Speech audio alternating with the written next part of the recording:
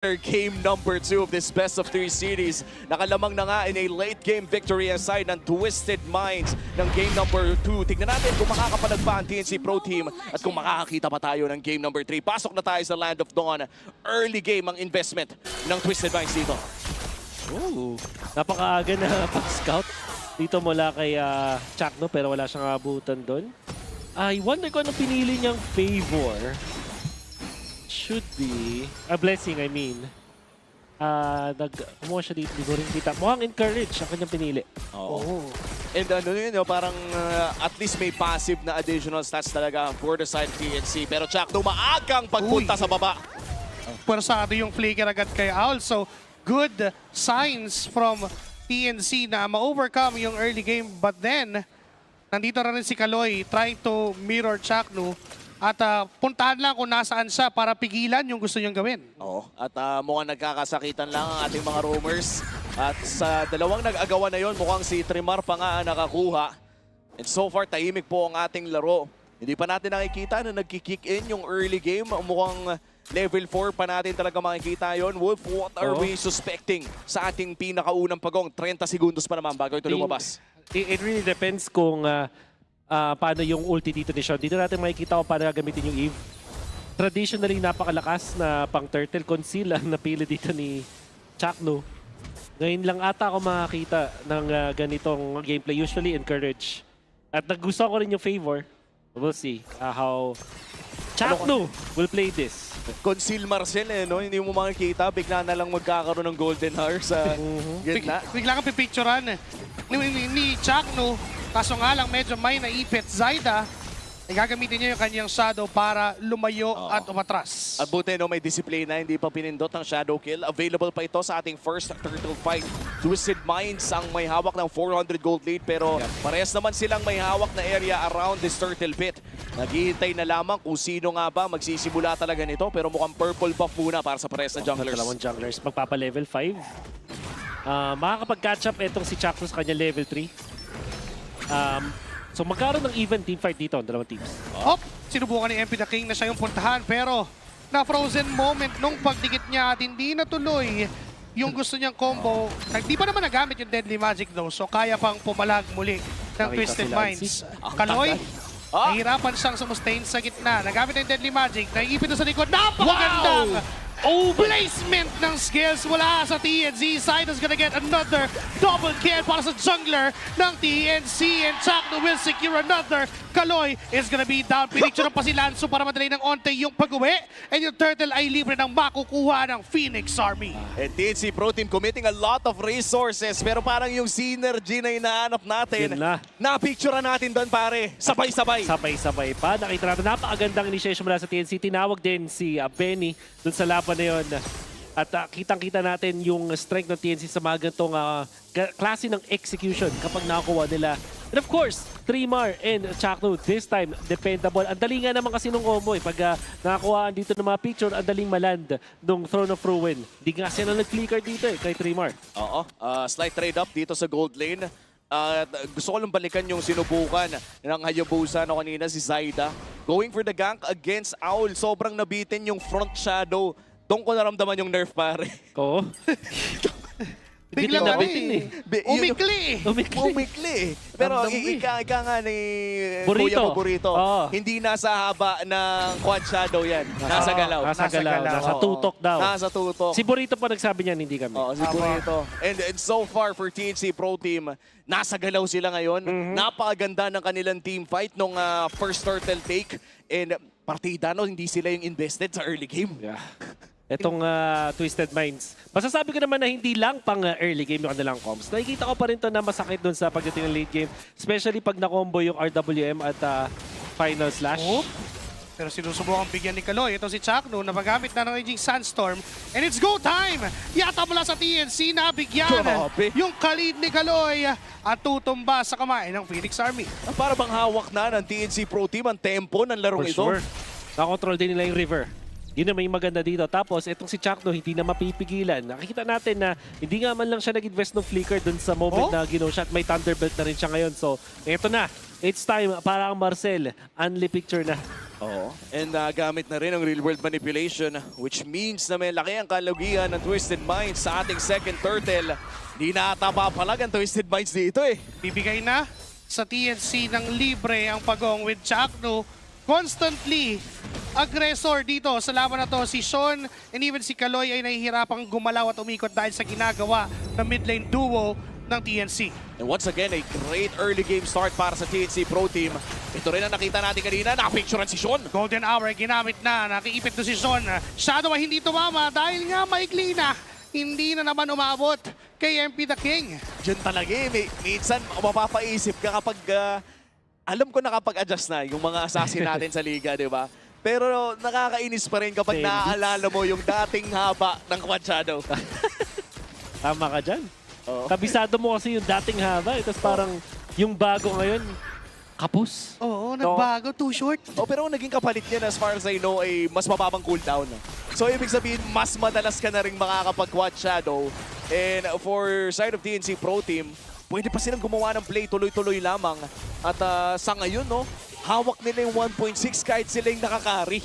And sila pa yung nagsiset ng tempo dito sa laban. Kasi walang nangyayari hanggat hindi sila yung nag-i-initiate. Nag-try ang Twisted Minds kanina, yung Raging Sandstorm mula kay Kaloy. Pero sila yung na-aksidente after nun eh. Nung walang nangyari because of that initiation, biglang nakuha ng TNC muli yung gusto nilang gawin. Another frozen moment papunta dito kay Owl. Tumatama yung mga shuriken mula kay Benny Cutie. Pero Kaloy ay nandyan para subukan na Romespo. Golden Hour ay nagamit para pigilan ang paghabol ng Twisted Minds. Parang nakakainis yun kung ikaw Oo. si Kaloy. Frustrating. Na-picturean ka pa. Napasama pa nga dun sa family picture dun sa may bottom lane. Fortunately para kay Aulay Boy siya. Kaso, in exchange for another flicker. So, mapapabagal lalo yung tempo para sa Twisted Minds. And TNC are really in control. Oo. Ang ganda nung pagkaka-control din ng River tsaka ng mga bush dito sa TNC. Ramdam mong hindi makakilos dito yung Twisted Minds. Oh, and Owl using it. Oh, Flicker, wow! Throne of Rubits para hulihin si Owl. Alam nilang walang flicker ang gold lane ng Twisted Minds. Kaya hahabol ngayon ang TNC. Dalawa pa? Invading even MP the King as fall down to the hands of TNC. Torre, Turtle, 2 kill. Grabe. Gusto mo ng upsize, price and tricks na rin. Pwede naman eh. And sumusubok pa sila. Si Chakno even ay pumicture pa doon sa likod habang nagta-turtle ang mga members ng TNC. And that is another turtle secured para sa side ng TNC Pro Team. Perfect turtles na naman para kay Zaida. That's right. Since game 1, ganito yung scoreline niya. And unlike Game 1 na Twisted Minds na hindi naagamit ang Claude at may death na rin itong si Owl. Hindi katulad nung tipong composition nila before na may clear cut na malakas sila dun sa may late game. Itong Twisted Minds, hindi naman natin sinasabing mahina late game ito pero sa ngayon, ang hirap pa abutin. Oop, Ugisado kinagamit Okay. na rin. Oh! Counter initiation, Lanzu!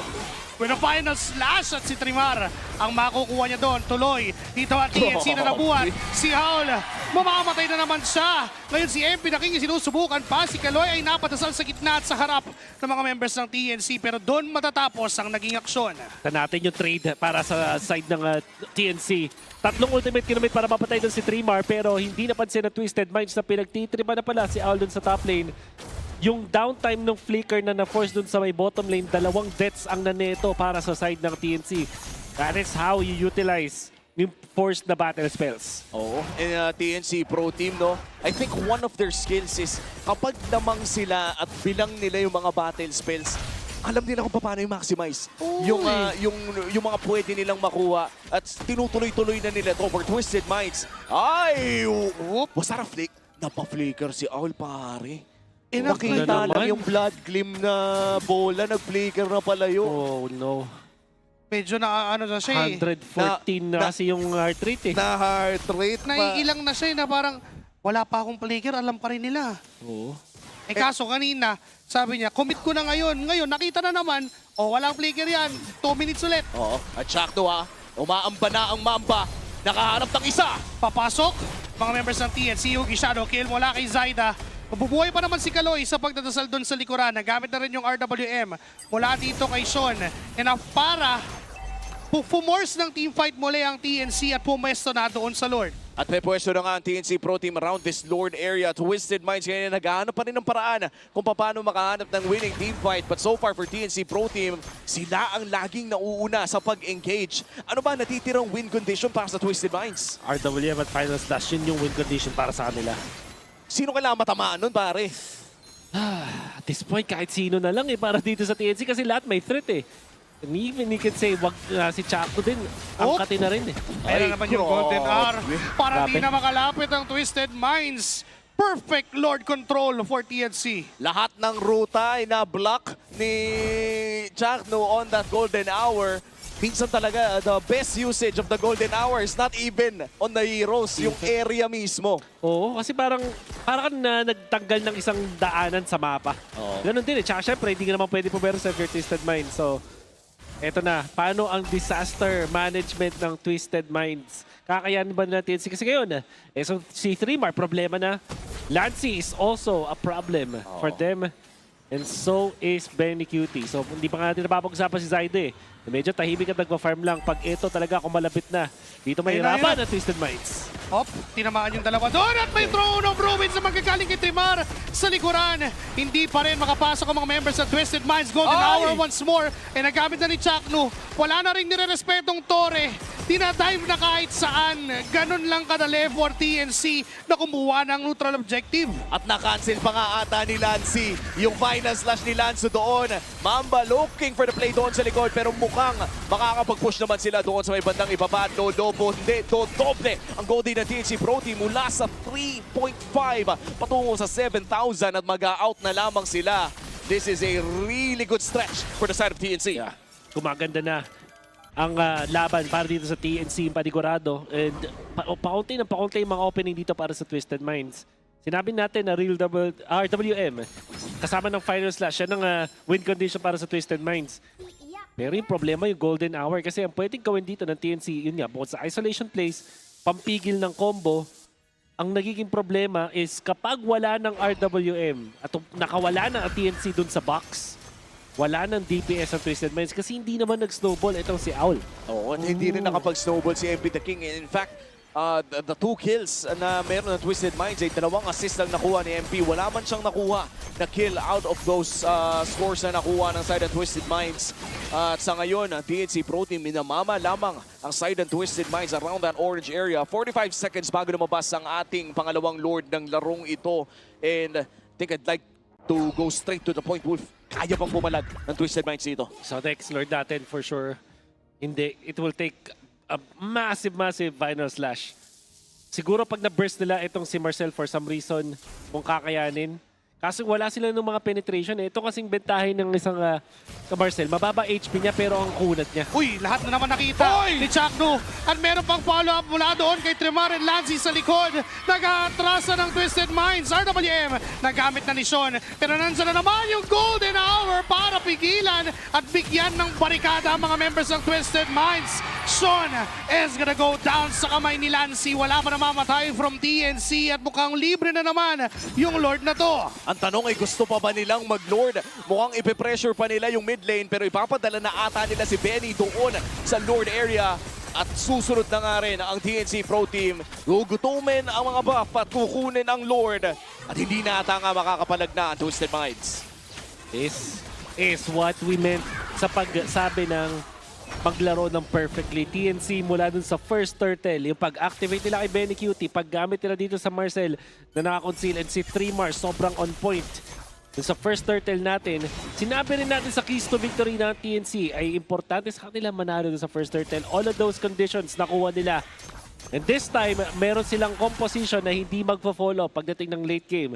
TNC are looking to extend this series into 3 games. Basta perfect yung execution nila dito, mukhang hindi natatagal ang Twisted Minds. And so far, parang perfect talaga ang execution nila. Trimar looking for another setup pero Blood Gleam pala yun ang kanyang gagawin. May Lord na nagmamarcha dito sa may bandang mid lane. On the side of TNC Pro Team, wala pang bumabagsak na inhibitor turret for the side of Twisted Minds. Pero si Trimar, kamunti ka ng mapitas pero hindi naman ata sapat. Jack Mamba looking for another golden hour pero mukhang hindi niya itutuloy. Hindi pa ipupull ng trigger. 3 waves ngayon na kailangan depensa ng Twisted Minds. Lord ay nasa gitna. Chakno nandiyan na naman. Golden Hour. Pipigilan si Sean.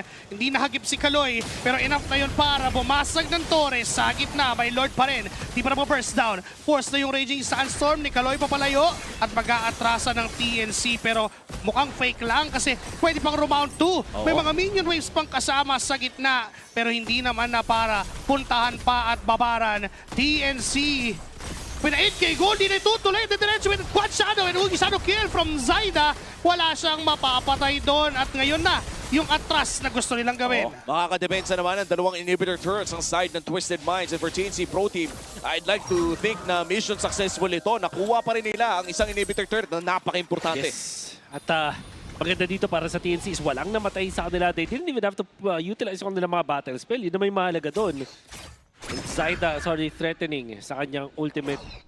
The longer the game goes, mas paababor to sa TNC. Not to say naman na unwinnable sa Twisted Minds ang late game. Na-feel ko pa rin kasi meron pa rin sila ditong Harley and the Eve. May kate pa rin naman ng Twisted Minds. At syempre yung Arlott ultimate na laging magiging problema sa late game. Ang problema lang talaga ng Twisted Minds is kailan nila magagamit itong mga spells na to optimally. Tsaka sobrang likot din kasi ng side ng TNC Pro Team. Ilang deadly magic na yung nakita natin na magic na lang. Hindi deadly. Hindi na nakakakuha. Still 0-3 on MP the King. Medyo nahihirapan nga ang side ng Twisted Minds na makahanap ng kills. And I'd like to think na dahil yan sa mobility na hawak ng TNC. Oo. Tama ba? Hindi pa kaging makunat nila. Yung both sa mobility is, eto talagang golden hour reset factor. Para silang nagkakaroon ng reset button, get out of jail free card kung sakaling maka-initiate ang Twisted Minds. If you remember, dun sa game number 1, ang bentahe ng Twisted Minds is yung mapanggulat nila. This time, hindi nila magawa. Nakaka-initiate sila, oo, pero hindi nila ma-fully take advantage. Chak nung nakapunta dun sa may likuran. Oy. This is potentially a highlight play. Baka One of the more nagpakita si vintage Lancy. roamers of our league pero mukhang hindi niya ipupull ang trigger. In fact, ang trigger ay hindi rin ipupull ni MP the King. Tahimik lamang ang parehas na nakupunan dito.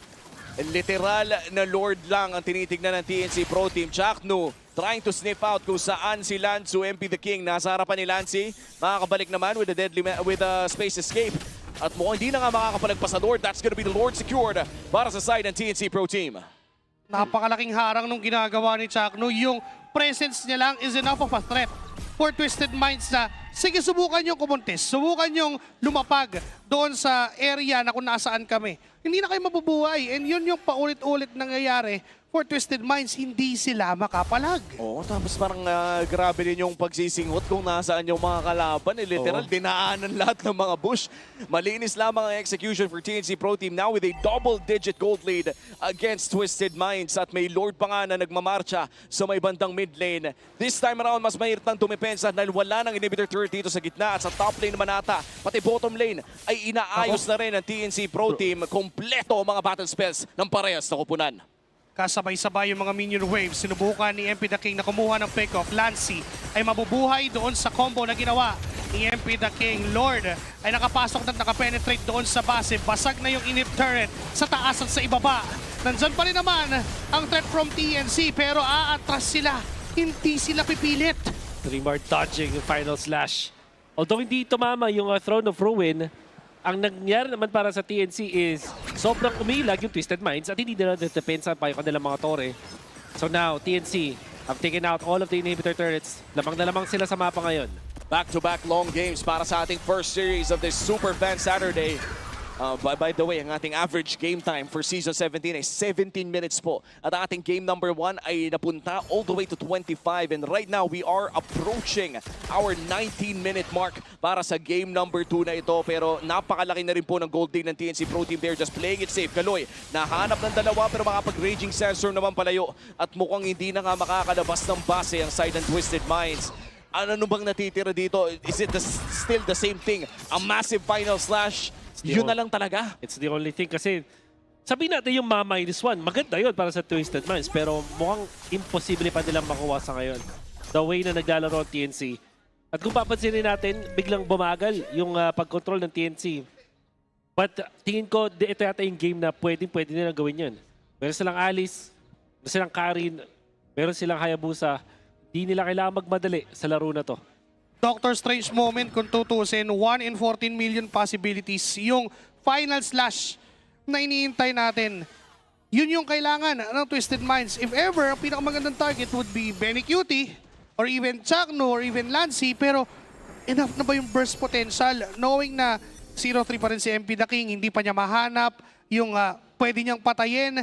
Even Saida is playing so freely to a point na hindi siya nag-worry kung merong mag-aabang sa kanya. Ibang klase rin kasi yung combo dito ni Lancy tsaka ni Chakno. Parang sinabuyan yung init ng Arlot ni Lansu nung game number 1. Pero ngayon si Zaida, nakita ni Kaloy Quad Shadow na expend. Pero medyo malayo ang mga miyembro ng Twisted Minds sa pangatlong Lord na ito. Pang-apat na pala natin to, pare.